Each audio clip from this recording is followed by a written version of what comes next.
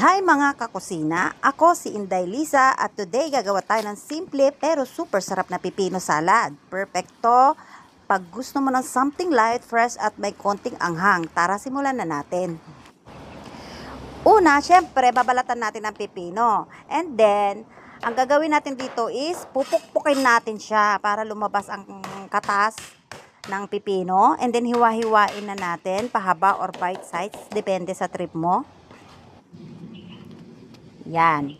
Ipitpitin na rin natin ng isa. And then, pagtapos nito, syempre, magbabalat na tayo ng bawang. Pitpitin lang natin yan. I-chop lang natin yan. Then, ihahalo natin sa ating pipino. Masarap kasi yung bawang.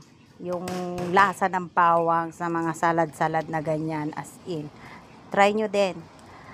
Kung gusto nyo ng pwede yan sa pang-diet ninyo. Pag gusto nyo mag-diet, gawa rin kayo ng ganito na salad. Napakasimple lang siya. Healthy pa. And then, syempre, yung coriander leaves para may konting herb flavor. Masarap din yon. Gustong-gusto ko yung lasa ng, ng coriander. Masarap siya. Kahit sa mga sabaw-sabaw, nilalagyan namin ng coriander yan.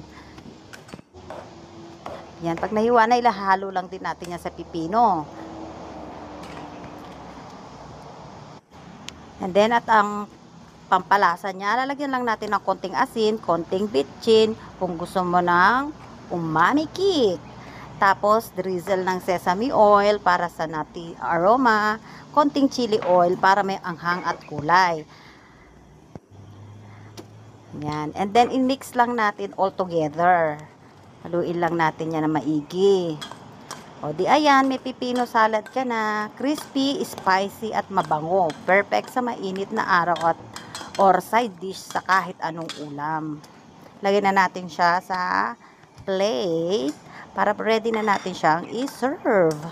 O ayan ha, tapos ng ating simple pero panalong pipino salad. Kung nagustuhan mo to, don't forget to like, comment, subscribe ha, para sa more simpleng lutong bahay at kwentuhan sa kusina. Bye!